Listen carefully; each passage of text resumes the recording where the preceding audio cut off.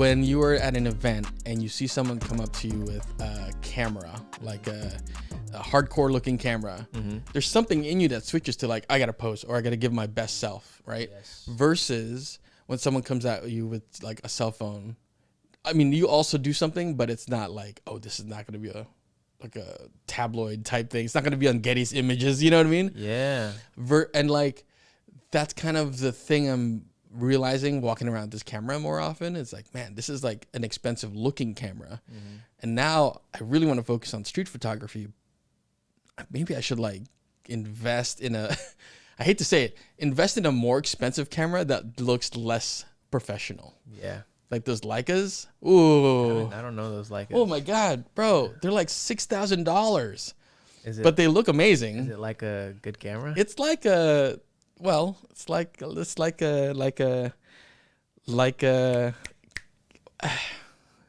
it like a Sony? yes. Is it like a Canon? Yeah. it's like a, I don't know. I'm lost for words. It's like a.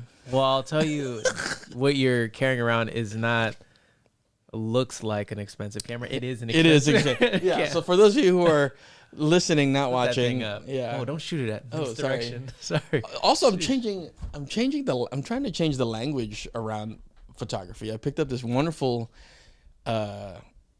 book by a street photographer named Davied Bey. Ooh. I think he's Nigerian. Hey. Yeah, B-E-Y. Hey. Anyway, he like taught street photography, taught photography in like the 70s or whatever, but he's still alive. He's still around. And he made photos specifically in Harlem. Mm-hmm. And his whole thing was that before he even made one photo, he wanted to make sure that he knew the community first and that he was a familiar face in the community, because he believed that when you service the community in that way, you want to help tell their stories, you need to be a part of that story. And you can't try to profit off of whatever that struggle is, right?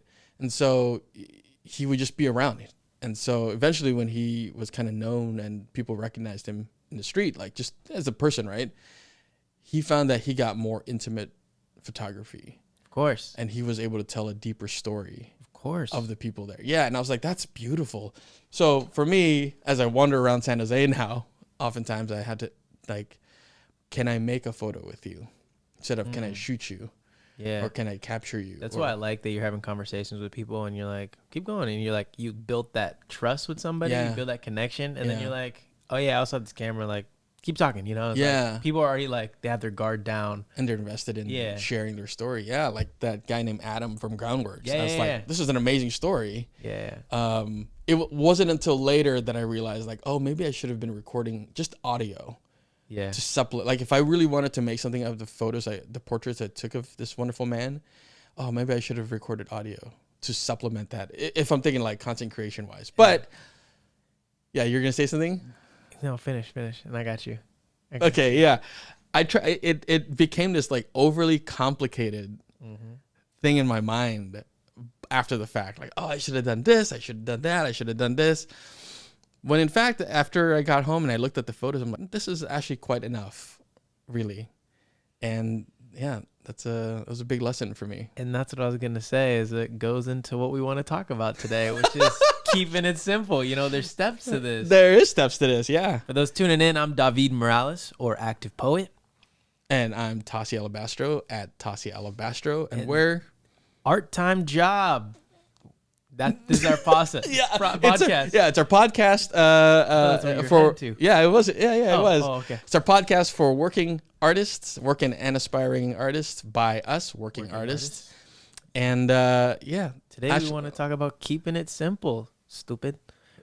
Or the acronym KISS. Yeah, KISS, for those of you who are like me, a little dyslexic sometimes. Yeah. I think I don't even want to say it's like a Virgo element, even though a lot of people tell me it is. Being a Virgo element? Being a perfectionist and just trying to plan like so many things ahead. Like I get ahead of myself. And it's hard for me to stay in the moment. But that's why I love theater so much. Yeah. I know we're going to go a deep dive into our theater love in a different episode, but like forcing myself to stay present.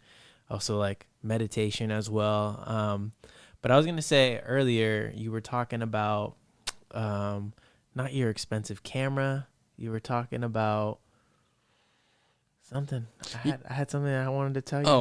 Oh, shucks! I should have shut up. No, I love listening to you, man. That's you know what's interesting is when we start these episodes, for those of you out there, intrepid listeners, Dav and I spend some time just chatting because we're catching up and we haven't seen each other all week, or in this case, after some time, more than a week, and it's not until you look back, you're like, man, we should have been recording that whole thing. But as I'm learning in not just this arena, but like other arenas, like sometimes you need that like warm up. Yeah. Like going back to photography, when I'm out there, like that first few 10 photos or whatever, that's warm up. Yeah. Because I have to, like, I'm in this environment that, I'm kind of newly arrived in.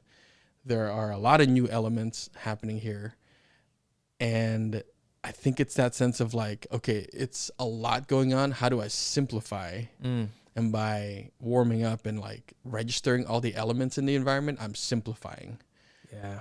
You ever do that when you go to like rehearsal? Like that's that whole all the time. I need to warm up. Like I'm surprised you and I don't do like vocal warm ups or like some quick improv. Oh, like sure. Games before this, you know, maybe we'll have a behind the scenes that you guys can watch of like some of our favorite improv games and stuff. Cause I would love that. Yeah, I think us talking before is us getting warmed up to talk to each other, which is crazy because I feel like you and I can just get on a Zoom call and like talk forever. Which we did when we were planning some of these episodes. Exactly. But I think especially with our art form, man, I love to plan 5 steps ahead and forget the one right in front of me that's like crucial to getting there, you know. It's like like especially when I'm making music, like I'll plan like, oh, this song will I'll think of a whole album, and I'm like, but this album's gonna be a series to like 3 more albums. And you're like, really planning it. I haven't even finished this first album to know what it is first, you know? Yeah. But is that because you're just like excited? Excited. So that begs the question: are you excited for the process of the whole thing, or are you excited to just start and complete like that? Yes. Thing that you're really. I started and I wish it was done so I could move on to the next. Wow. But I do love the process. Yeah. But in that moment where I'm just so excited, I'm just like, oh, I can see it. And sometimes the fact that there's so many more steps and so many more things that you have to do and that you don't know how to do causes a lack of motivation. You know, there's a quote in one of my favorite J. Cole songs called Change. And it says, you could dream, but don't forget the execution. And I'm like, it's so true. Cause like I'd be missing the execution part and not sticking my landing a lot of the time, you know. That, I mean, yeah, I could talk days on that, just that topic alone about. It's interesting because having a lot of conversations with you lately, I realized like, oh, it is important to hold on to your ideas. Yeah. Or I guess less about holding on to it, but more like nurturing it, which I've always felt is important. But I also did carry this sense of like, ideas are cheap. They are. Because I realized too that I come up with a lot of ideas. But what makes it feel cheap for me is I have a hard time getting it to the execution part. So maybe that's why I start to devalue the idea or the thought of like ideas. But after listening to you and reading a couple of books, I realized like, oh no, like that is like the important thing to carry to give you the motivation to finish. Yeah. Is if you take that one idea and protect it. Yeah. Right? And feed it, I guess. Yeah, feed it. Feed me, Seymour. I think that's the best thing. So especially with like when I'm making music or doing skits, I like to be able to look at my idea. Okay. You know, that's why I think TikTok was so great for me because like I had these ideas and I was like, what's the simplest way I can show this and get the point across? Yeah. The quick button on the end of it, like what's the quickest way? And just doing that and be like, that's exactly what I saw in my head. Maybe of course I wanted like special effects and like me to come out the ceiling and like, but just to see your idea or like when I'm recording music, just to get a scratch track of it and be like, yes, that's what I wanted. It might not be exactly it, but at least putting it down where I can listen back, be like, well, that was a cool idea. I've always been impressed by like your output. Oh, thanks. Yeah. And I think now that I listen to you say that, I'm like, well, maybe that's it. You've found a better kiss than I have. Better, yeah. Keeping it simple. I mean, well, yeah. I think, man, TikTok was crazy for me during that time because I've always wanted to like shoot skits and sketches, and I know since all the work we do, we come up with great stuff. Yeah. All the time, like all our work, and I'm blessed to have that. And I overcomplicate it in my mind because I'm like, I do. Okay, so this is why I don't have a whole like crazy catalog of things. I have stuff now, but that took like 20 years, right? I think it's that. It's like I'll take a simple idea, which I like. I like simple ideas. And then I start layering it, and then my mind doesn't have the systems yet to keep it at its simple level and get it to the end. Like I always feel like I have to add this layer or this layer or this layer. And I don't know where that comes from. You know, when I watch movies, I love peeling back the layers. So maybe this is an excuse, maybe. Yes, it is. Yeah. I think it's an excuse to say, oh, I need to add these layers because as a viewer, I enjoy peeling the layers back. Of course. I think you and I'm not just giving advice to you. When I'm giving this gem, I'm speaking to myself while you're in the room. No, I love it. I mean, I'm here to learn. And I think we have to trust that everything that we've gone through to this point and the skills we've accumulated to this point are going to be the layers there. There's been so many times when I can't believe I'm telling on myself right now for this. I've written lines and I put them in songs and somebody's broken down stuff that I didn't even know were there. And I was like, oh yeah, totally. I was like, do you embrace that or do you go, hey, I'm glad you found meaning in that? Exactly. Cause like, sometimes you just want to, create, like creating is just great. And I think having that, like I was telling you, like, I don't really care about the results too much. Yeah. A lot of times when I'm putting out these skits and stuff like that, and even when I'm doing like social media for the businesses I do social media for, like all I care about is the content. And if it makes me laugh, I use that approach with, it's so good. With everything. Because I guess that's your top kiss. I want my replay value. Yeah. I want to enjoy my idea. Wow. And as selfish as that is as an artist, like if it brings me joy, I hope it brings other people joy. Wow. Yeah. No, I agree. I heard a motivational speaker. He looked like he was a monk when I was listening to him or watching him on TikTok, and he was saying the formula is your highest desire plus the most time you can do it plus no expectation will get you to your goal and so much more than you can imagine. That's the equation of getting everything you could want and being a master of your craft. Wow. Oh, okay. So that was like, that equation seems overly complicated. Then you added being a master of your craft. I'm like, okay, that's okay. That warrants the extra plus because I'm like, oh yes, because you are also working towards being better at your craft.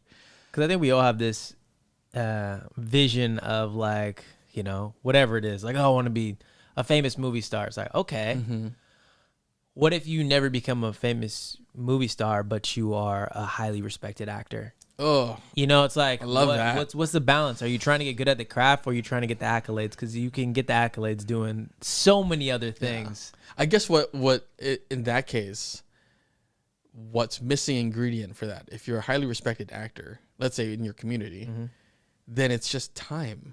Yeah, that's is the X factor. That's it. Because at some point, your colleagues are going to recommend you to someone who's going to recommend you to someone. Exactly. It's just time then. Yep. Yeah. Because it's hard to, in my mind, it's hard to see how someone can be a respected artist. Well, no, this maybe is a fallacy, but like, if you're really good at something, eventually you're going to get some sort of like, I don't know, notoriety, fame, right? Like, but that's not something that this was something I heard, I think. Fame is not something you give to yourself. Success is. Ooh. Fame is what other people give you. Ooh. I don't remember who said that, but it struck a chord to me. I'm like, yeah, you don't give yourself fame unless, I don't know, you're Salt Bae. Ooh. Right? Exactly. But like, yeah, other people give that to you. Even then, I don't think even he gave himself that. I think he was just messing around one day and somebody was like, ooh, Ooh, I like the way you style that. Yeah, Sultan style. And they probably put glasses on them and they're like, this is it, bro. This is it. Yeah. You're right. Yeah. Okay. So success is what you give yourself. Fame is what other people give you. That's the simple. I love that version of that. Yeah, you can always give yourself success. I think, I'm reading a book right now called Destiny is Discipline, or Discipline is Destiny, one of the two. Mm-hmm. It's by Ryan Holiday. And, there's a lot of good concepts already in the book about like you have the choice to either master yourself or be controlled by something else or something. Mm-hmm. I truly believe only the disciplined are free. Mm-hmm. Only the disciplined are free. Yeah. Wow. I know that's ironic. No, not at all, bro. Not at all. Well, to me, it's not. Yeah. It's like having like, oh, if I have a routine, I'm free most of my free up my brain. Yeah. Right? Like the CEO mentality of like, I only wear one shirt or one type of shirt. Yep. Because then that brain capacity for other stuff opens up. Yeah. I get that. Yeah. I love that. And I feel like every single time I make a routine or like I do the things that I want to for myself, like I spend a lot of time, working on music or working on a script. Like I am my best version of myself to be the best version for other people. You know what I mean? Man. So Dav and I were talking about this before we started recording, and I was sharing with him that this past week has felt like I lacked a lot of motivation. And I dislike that feeling because for most of the year, for most of my waking life, I feel motivated. So to feel that thing lacking always feels, I know it's not, it's just my brain playing tricks on me, but it feels like a betrayal. Like, how could you stop feeling motivated, right? Yeah. But I realize it's that, and again, we talked about this briefly, but I want to share it with our listeners. Like, I neutralize my motivation when the sense of what I need to do conflicts with what I want to do. When those two intersect in a negative way, I end up just doing what? Sleeping. That's right. That tantalizing bed. It's so tantalizing. And it doesn't help that I'm a stress sleeper. Oh, me too. Are you? I sleep through a lot of my problems. Yeah. I was talking to our homie Roman about this. Yeah. He's like, how do you get through a lot of stuff? I was like, honestly, I sleep. I sleep. I binge watch and I sleep when I really need to like zonk out and like really step away from stuff. You and I are similar in that way. I didn't realize that. Come on, bro. Listen, I was watching Stanley Tucci searching for Italy and sleeping. And with the hope that I'm gonna wake up and not that my problems are solved in the real world, but in my mind, it has problem solved itself. Yeah. I think it's the same thing we were talking about, like being bored.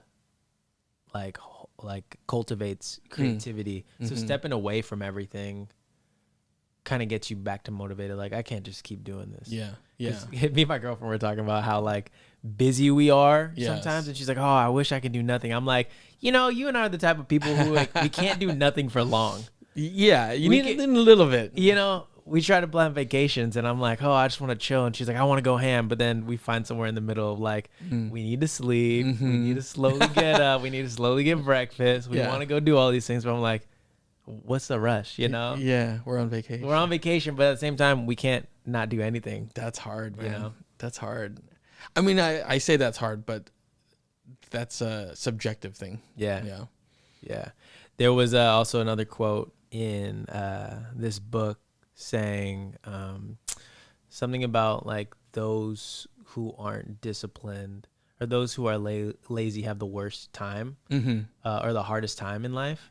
And me and my boys were just talking about, because I'm in the book club, and they were talking about like, how is it hard for those people? Like, what if being lazy is all they know? Like, what if they enjoy that? And I was arguing the point to them that like, I think there's a lot of people in this world who have a lot of ambition. And I think I'm one of those people where like, going back to the quote you said in the other podcast, like it hurts more for us not to create than it does to like put ourselves out there and do the work for like this stuff and get judged by society. Like, but I think some people like maybe weren't lucky enough like us to be introduced to art or like pursue art to see the possibility of it. So they're just like, hey, it is what it is. It's not for me, and they can just like let go of that. Meanwhile, I'm like, I can be everything. I gotta have it. I gotta do it.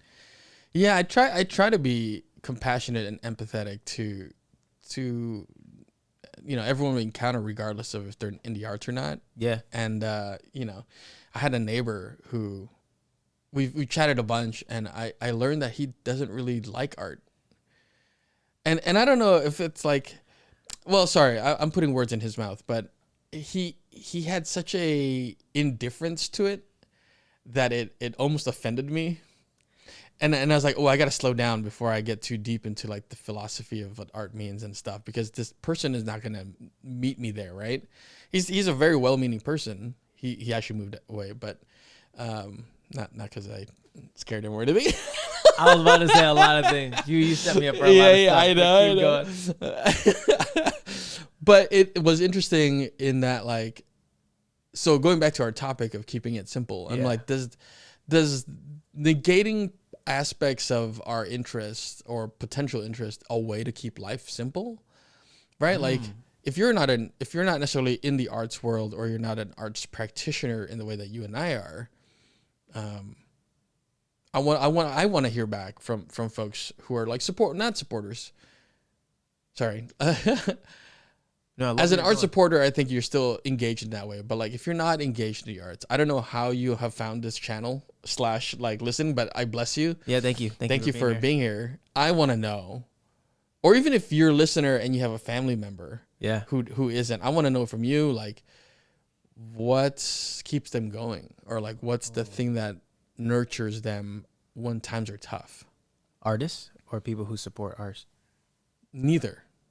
Like, people who's not in at all absorbed in the art. No art, and it's not in their front of their mind at all. Like, what sustains them? And I guess you could say, like, are you saying first generation immigrants sometimes, right? Like, would be an example. Like, we couldn't do art; we had to work, so we could provide. But like, there's got to be something that nourished them, right? Like a TV show, or since you're an artist, art nourishes you when you're low. Yeah. Good. I just wanted to make sure that was like. I mean, I wouldn't say like, oh, when I feel low, I go to a museum and stare at art. No, I think it's the act of creating. Yeah. Or like being inspired by others creating stuff that you want to do eventually. Mm-hmm. Man. Yeah. When people say, sorry, this struck a chord with me. When people say, I don't like art, I'm like, what aspect? That's when people like tell me they don't like rap. I'm like, what type of rap? My first question is, who hurt you? Yeah, who hurt you? Who hurt you? Did your mom make you go see like musicals and you're just not a musical person when there's like beautiful plays? Like, don't tell me you don't like movies. Like, what type of movies? Like, I can't say I don't like business. I'm like, everything runs off. I don't like food. What do you mean? What do you eat? Right, exactly. There's a business for agriculture. Yeah. I was slightly off tangent. I rewatched just the beginning part of Step Brothers. Great movie. Because I was in between stuff. Call me Night Dragon. No, it's Night Hawk. Dang. It's close. Call me Dragon. And then Night Hawk. Night Hawk, yeah. But I was close. There's a line in there. Oh, no, I forgot what it was. I got all the lines. No. Them, but I got them. No. What part? In the very beginning. This wedding is horse shit. I don't know how you know these lines. Come on. It's one of the most quotable movies. Oh, it's She had the old bull. She wants the young calf. We used to shit with the door open. We can't do those things. Dale, we've never done those things. What do you want? I didn't know that. I thought it was just Ace Ventura that you got on lock. Nope. All comedy movies. Me and a group of my friends, we constantly quote movies and we try to stump each other. Dang. And we use like sneaky lines. I was gonna say if you do any Rush Hour, I'll probably get it. Because I can't do it now. I'll sneak. Watch this. I'm gonna sneak a quote, and I'm not gonna tell you what movie it is. Yeah. I'm gonna do a couple, and one of them's gonna be Rush Hour. You're just gonna stare at the. She's just gonna stare at the camera. Yeah. Okay. All right. Okay. What is this premise of the? What do you want to say? I don't know. I don't remember. Art. Where were we? This is why we need a producer. Maybe Prestige Worldwide. It's not the beginning. That's not the beginning. When they start the boats and hoes. No. Never mind. Forget it. Maybe it'll come back later. But we're talking about people who don't do art. Yeah. No, that's not what we're talking about. Step bros. Keep it simple, step bros. Keep it simple, step bro. Okay. Anyway, circling back to this conversation that I let go. What do you do to keep it simple, Tasi, for yourself as an artist? When you're like you and I both do, we're like overcomplicating what we want to do. Mm-hmm. Is there like a go-to thing where you like remind yourself, or is like? I think the most effective thing that I've done in the last 10 years is just to write a stupid little list down. I don't want to say stupid. So why am I demeaning my lists? Well, it comes in the kiss. Okay, here you go. It's stupid. That's true. I literally have it here on my desk. Okay, so I'm flashing. For those of you who are listening, not watching, I'm flashing this green book that I've repurposed. It was originally a book to take notes for Dungeons and Dragons, our campaign. But because it's at my desk almost always, it's empty, y'all. Just kidding. That's me hitting down. It literally just has random to-do stuff. Oh, thank you. Yeah, and I use a little red pen or orange because, well, for some of it. But yeah, to do, right? A date and then just a list. And as I go through it, if I did everything that day, I'll just cross things as I go. And Tasi was slowly stroking each page. I was. Did you hear? Hang on. ASMR. Ooh. Yeah. But I laughed because when I first started it, I was like, why am I going to write a list of the things I need to do when I know what I need to do? No, I write a to-do list. I have to. I have like... I'm late to the game, bro. I have 14, not 14, that's an exaggeration. I have like 3 whiteboards in my house. Mm-hmm. Like I have one... Well, if you cut them up... Well.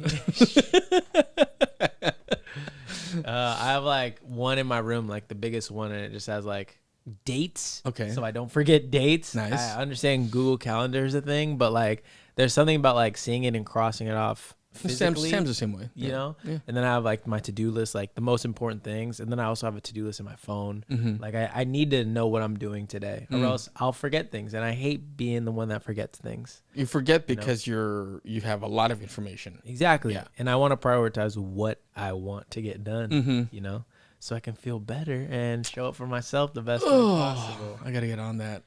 Feeling better? Feeling better. Yeah. Anyway, a topic for a different podcast. Yeah. But yeah, I get down on myself when I know I need to do something and I'm not doing it. And I just want to spend time doing the thing that makes me feel good. Yeah, I think it's a mind thing. Yeah, you and I have talked about self-sabotage. Maybe that's a whole episode. We just need to dive a lot deeper into that because I'm right there with you, bro. Yeah. It's hard because a lot of the times I think of people who enjoy our art and like there's so many people who are having, especially like because I make music, I don't know the reaction that people are having to my music. Like I can't be there. I can't be there for everyone's first experience for their like workout where they're listening to my song and like I'm helping them through it. Yeah. But what I'm seeing is like low stats on my end. I'm like, why do I even do this? Like my song sucks. When maybe somebody's having the best time of their life to my music. Yeah. And who am I to not serve other people? I'm being selfish by not creating more, you know? Because people could have their first kiss to my song in the background. They could have like a wedding, like to something that I'm doing, or like your play, you know, a play you write, a play you're in might change everyone's perspective. I mean, I listen to your music. I got the light. Thanks. You just posted on your story. Yeah, I love. So this is that thing of like, how do you show up for your friends kind of stuff? And like when I look for music to just add in the background, if it's not necessarily like a thematic one, like for example, when I posted the World War II photos from this event I went to, obviously I want to find music that's like 1945, right? That makes sense. But other than that, if it's like just a generalized, like I need some good music too, I'd look for your stuff first. Oh man. I guess I'm like, what here makes sense too? Like if it's anything digital, you have that virtual. Yeah, right. And then you know, obviously if it's a feel good stuff, then I got a lot more lighthearted.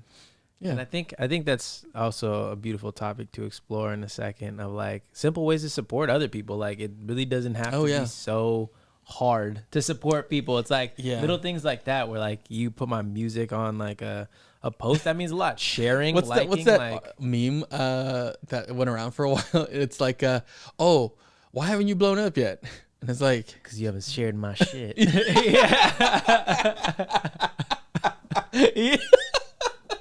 it's exactly that. It's so it's funny. like, oh, that's kind of true in some way. In some ways, I don't think we shouldn't rely on No. people sharing. It is dope though when you see people sharing your stuff. This is like, this is going back to what we said earlier. Like, fame is not what you give yourself. It's what other people give you. That's right. Mm-hmm.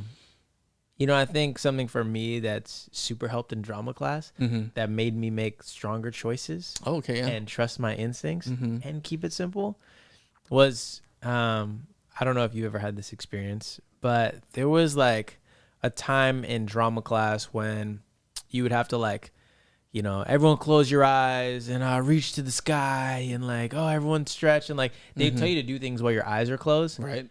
But there's an element of like doing something new and being scared that other people aren't doing it as well. So you like open your eyes, make sure other people are doing it too, you know? Or like they'd be like, all right, everyone's going to walk around the room and I'm going to say animals and we're going to be an animal, you know? And I've always noticed that it's the person who doesn't commit fully who looks the most foolish than the person who fully commits and like they say, hey, we're going to be giraffes, and somebody's like figuring out a way to like be the giraffe and it looks ridiculous, but you're like, no, that's a giraffe. Like I totally believe you. I'm in. Yeah. And it's that whole like, and you can admire that too. You do. It's like they really were just like, I'm going to be the best giraffe I can be, period. They weren't like, well, I don't have a long neck, so I can't do that. You don't overcomplicate what you're trying to do. The objective is keeping to be a giraffe. Simple. Yeah. I'm going to be a giraffe. Wow. That's true. Keep it I mean, obviously going back to what we were saying, keeping it simple. And the simplicity of that is I'm just going to be it. Whatever it is, right? Without the questioning of like, well, how am I going to do that if this, I guess that's such a deeper topic too, because that's the sense of like commitment to self and commitment to story. Yeah. Right? Because the deeper your commitment, the more other people get invested with you. Yeah. Right? Wow. That reminds me of that thing you said the other day when we were planning about like watching an interesting actor or somebody act interesting. What did I? Yeah. What was the quote? I think it was like, I feel like I just made that up, didn't I? If you just made that up, that was a bar that you better bless these people with. I think I made it up based on things that I've observed other people talking about, which is, I think it's more fascinating to watch an interesting person act than it is to watch a person act interesting. Y'all hear that? Can you say that one more time? I think it's more fascinating to watch an interesting person act than it is to watch a person act interesting. And I've thought about that a lot, because it's that sense of like, if you are genuinely just an interesting person, and that's subjective, right? Well, I guess for my mind, what that means is like someone who's well-read, or not even well-read, but like well-rounded reader. You read comic books, you read pamphlets, you read like boring, bank statements kind of thing. Things on the street, yeah. That all gets cataloged in someone's mind. So when they act or they bring that to their stage or whatever art they're doing, that's going to show up in some way, but it's going to show up not in the way that they're not replicating it. Yeah. It's like collaged into some other thing. Yeah. Which makes it fascinating, because you would never have thought to alchemize it in that way. Yeah. Right. And so there's that, whereas someone who's just pretending or trying to act interesting is trying to put together things that they may not have in their catalog, which is one extra step to getting to the result. And for an audience member, that's more boring, because you're not there with them in that journey. Yeah. Right. So I guess that's what I mean by that. Like, I love that so much. I remember when I was in college, I had a teacher tell me like, the more things you do, the more you'll have in your utility belt as an actor. And I totally believe that. Like, you need to live life to understand these things and be like, oh, I've been there. But like, I was always thinking like, because I've had friends who've told me in this, all good mannered, I understand what you were saying, but like, hey, Dav, if you just focus on acting, you'll probably blow up. If you just focus on music, you'll blow up. But I'm like, I want to do both. And like, I can do both. I'm not trying to do 18 things. Maybe now I am. But like, those are the two mains. Those are exactly, keep it simple. But like, I know I want to, like in the whole scope, I just want to entertain people, make people feel good. Yeah. I know the that's base. the overall But energy. it's like, what are the skills in that? I want to do music. I want to perform live. Yeah. Ultimately, I want to do it live. I want to create movies that I enjoy watching. I want to create that in your heart. You know, I want that. I want to support myself financially doing the stuff I love, you know? But I just also think about that, like during the pandemic, since I invested all this time and equipment into music, right? If I only spent time doing acting stuff, I wouldn't have had the beautiful transition into voiceover acting. Oh, yeah. You know, I just kept it simple and like, yo, I'm invested in music. Like, it's not lucrative at all. I think I make $25 a year off streaming. Right. But like, I'm learning skills and I'm having fun with it. I'm making time with my friends. Right. And this opportunity where the world shuts down and I'm able to make money off my investment earlier and I have the skills and, I get to merge both and like be successful in voiceover. But I think that also goes back to one of the topics that we had covered at some point, which is like getting out of your own way. Facts. I mean, that's kind of in this as well. Yeah, because if you were like, oh, I'm making dividends on this other thing that I didn't initially get into.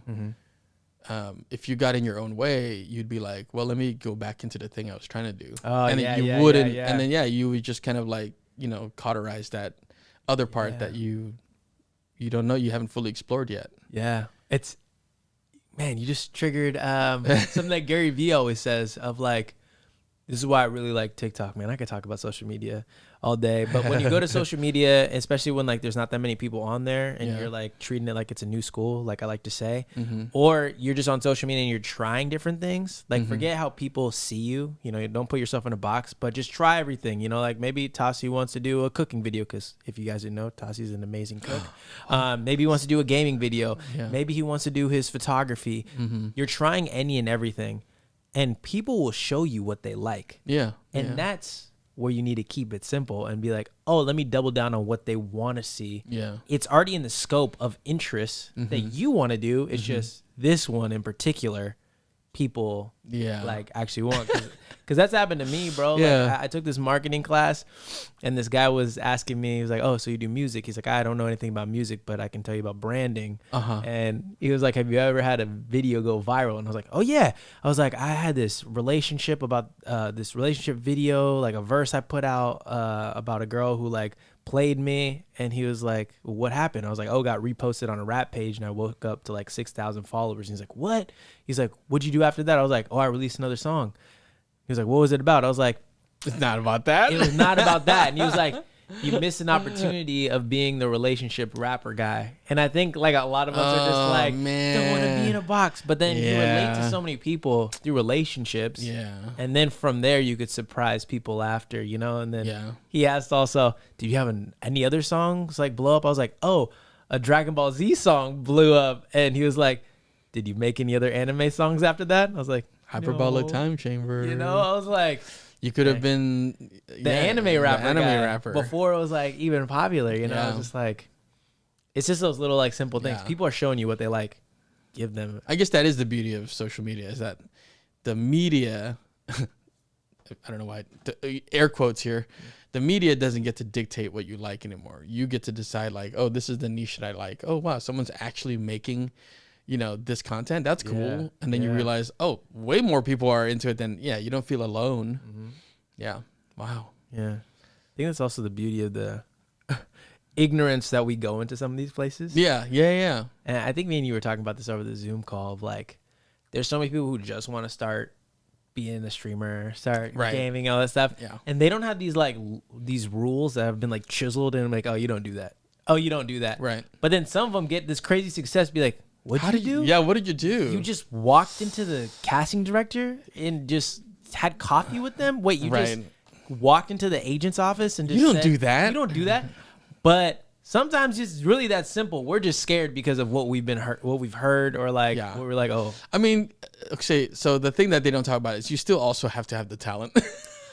So true. You know what I mean? Like you persistence need, for sure, but you do need the talent. There's a lot of things that go into this pot, but sometimes folks don't know that it's in the pot. Yeah. Can I smell that pot? Man, there's a lot. That's good. It's good. That's a lot. Yeah. That's so funny. You went lateral with that because I was like, cauldron is what I. That's hilarious. Dude. But it's true though. Like you don't know what you don't know, but how do you make that a strength, as opposed to how do you keep it from being an excuse? I think fail often, and also be the one to dictate those rules rather than other people in the industry tell you. No, you don't do that. Be like, well, I'm gonna find out for myself, and if it like quote unquote blacklists me, then it does. But like, like go do the things you want to. How do I get an agent? Maybe you got to pull up on an agent. Maybe, you know, respectfully, obviously. I mean, I used to, when I first moved here to San Jose, I used to hang out at one of the Barnes and Nobles, Stevens Creek, and I used to put my business card in all the directing books. I mean, like that. Nobody ever called me, but it didn't matter. Yeah, it didn't matter. It's when I look back at it now, one, I was like, oh, I was desperate, and I don't know if you could smell desperation off of a business card, but I don't smell it off you now. Thank you. Yeah, exactly. But I think it's that like I didn't know what I didn't know. Yeah, and I was like, well, I don't know how to break into this world. And, you know, Facebook wasn't really a thing where you can kind of ask those questions yet, nor did I have the network for it anyway. Yeah. So it's like, I'll just put a business card in here. And if I get a call, then I got to, you know, figure that out. Yeah. So I love that. Yeah. I mean, would I do it now? I mean, as a joke, maybe. And I think I would change my business card. But there's so much beauty in that, like, I might get a random call from like an inspiring director or like a big director being like, hey. And your working relationship starts from there, you know? Did you have a website on there at the time? Like, no. Oh, because I was about to say, you might just had some random hits on your website from those, you know? I mean, I think I had my Facebook page and an email address. Okay. That was it. I didn't put my phone number on there. But smart man. Yeah, but I didn't have a reel. I had a headshot on there though. That's cool. Yeah. I had a photo of myself, so at least they knew what they were getting into. So maybe that's why I never got a call. I love that so much. Yeah, because I think that's where a lot of, you know, this whole era. I mean, people have been doing it forever of like creating your own work. Like, man, no one's hiring me for these movies. Guess I got to make my own movie. You know? Yeah. Keep it simple. I mean, I'm getting to that point where I just want to make stuff.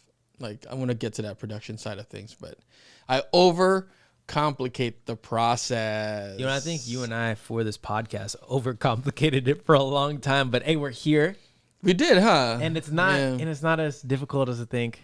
Yeah, it is. And I think a great way for people to like leave off this is like just start. Yeah, just start. Stop. You know what? Maybe it should be keep it simple. It shouldn't be keep it simple, stupid. It should be keep it simple, comma, start. I like that. Keep it simple. Start. Yeah. That's it.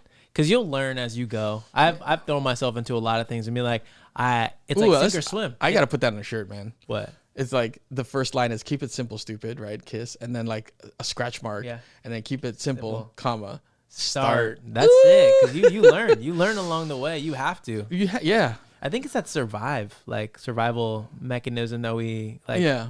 Maybe this is a good thing of like not trying to look stupid, but like you're probably gonna look stupid in the beginning doing anything when you start. But then the more you're consistent, the more you're like, oh, I got this. Yeah, but that goes back to what we were saying earlier, where it's like if I don't do it, it hurts more, right? So like survive. I want to survive the world, so I have to create. Yeah.